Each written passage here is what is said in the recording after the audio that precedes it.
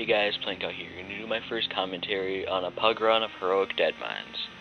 Alright, let's get right into this. I'm going to go in and drop my totems. We're going to do the first boss, Glove Talk. I'm going to go through his abilities real quick. Okay, Fist of Flame right there, 2-second cast. Uninterruptible. Knocks back people that he hits. Chance to. And extra fire damage on melee hits. He also does it in a grow drop every time he does that or Fist of Flame, which he will cast right there. Also 2-second cast.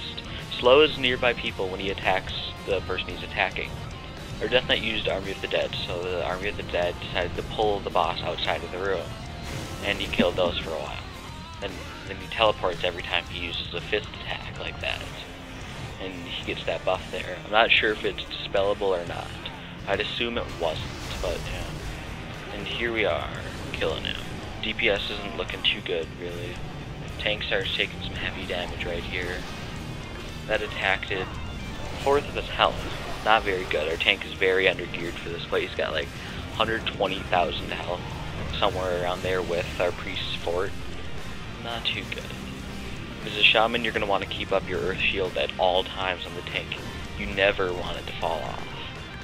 Or, well, you can if it at 1 and it falls off and you put it back on right away. That's good. Same with water shield, you never want it to really be at 0, and there's no harm at refreshing it at 1 or 2 or whatever, whenever you've got time.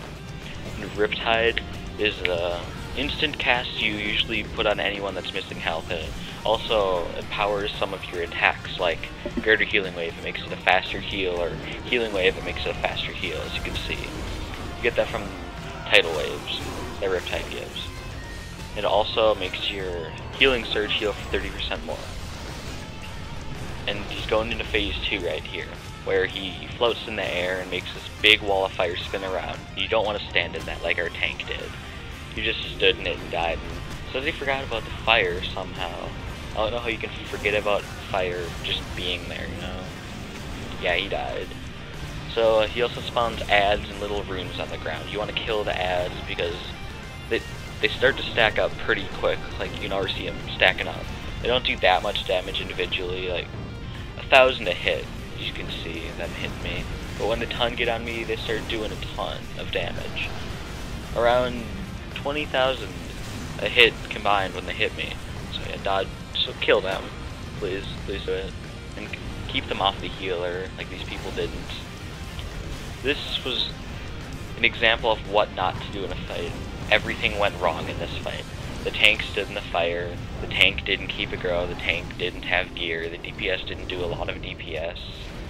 And coming up here, I die from the fire wall right here, because I really can't see with all the little guys just on me. Right here, I think it is, yep. Just coming at me, and there it is, dead. The firewall didn't actually kill me, it was the ads. Which is pretty funny. We do kill the boss though. The mage lives with about 30,000 health, which isn't too bad. I mean, I don't think these people knew the fight, but whatever, it doesn't really matter.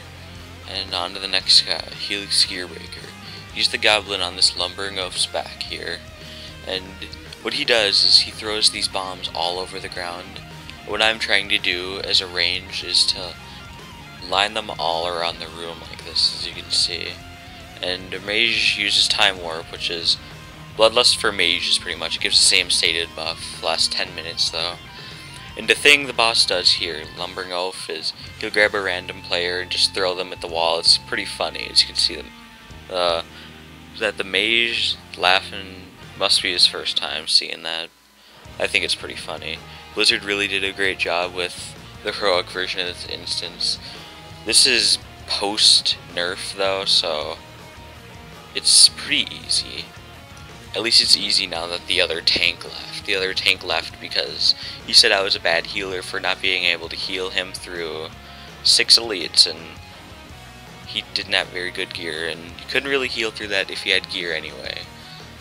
And so here, in a couple of seconds, he's gonna pick me up. And it does about half your health when you get hit by this on the wall here. It's pretty funny. And putting out my water shield again. Really easy fight to heal. There's not much burst damage really. besides when people get hit by bombs, which really shouldn't happen. I do think I get hit by one at the end though.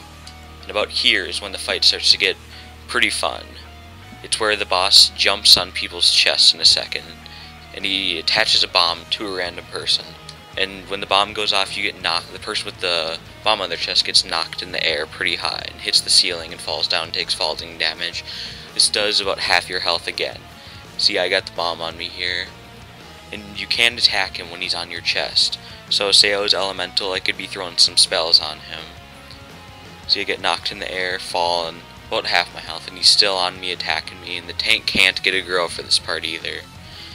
So you just gotta take it. He's on the, I think, Rogue right now. Rogue's taking the most damage. I got hit by a bomb there because he's dropped one to me. See, moving away from them, and boss is dead. There you go. Pretty easy fight. To sum it up, just dodge all the stuff on the ground like most fights. And here we go on to the third fight, Foe Reaper 5000. Probably the easiest fight in the entire instance if you don't count the first boss, Glubtalk. Some people say he's hard if you can't stand in fire, but this boss is similar to that, where you don't stand in stuff or near stuff. See, he does this whirlwind overdrive here. Don't stand near it. You'll die in a couple of seconds. You can get hit by it once or twice, but you'll die if you get hit more times than that. And one of the things you also have to do is get in a harvester and fight the molten slags at the bottom. You have to keep them away from the group because they do a lot of AoE damage.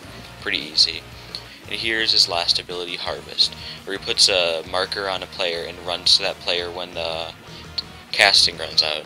See, the tank put it in the corner there, and the boss ran there after it and did a AoE with his arms, a cleave type thing. This hits really hard and really fast, so if you get hit by it once, you'll probably survive.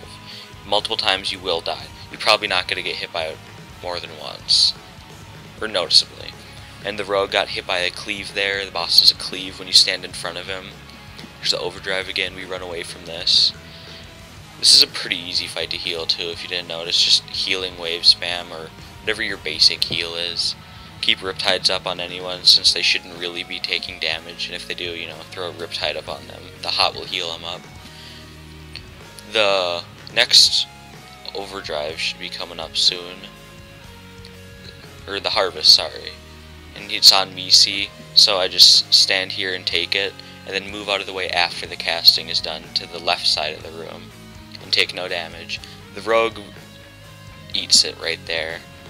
He gets mad at me later on for saying I did that wrong, but I don't think I did that wrong. That's how you usually do it. Our mage does the time warp here, which I think he should have saved for a little lower percent because the boss does do a berserk at 30 or 20%, I believe.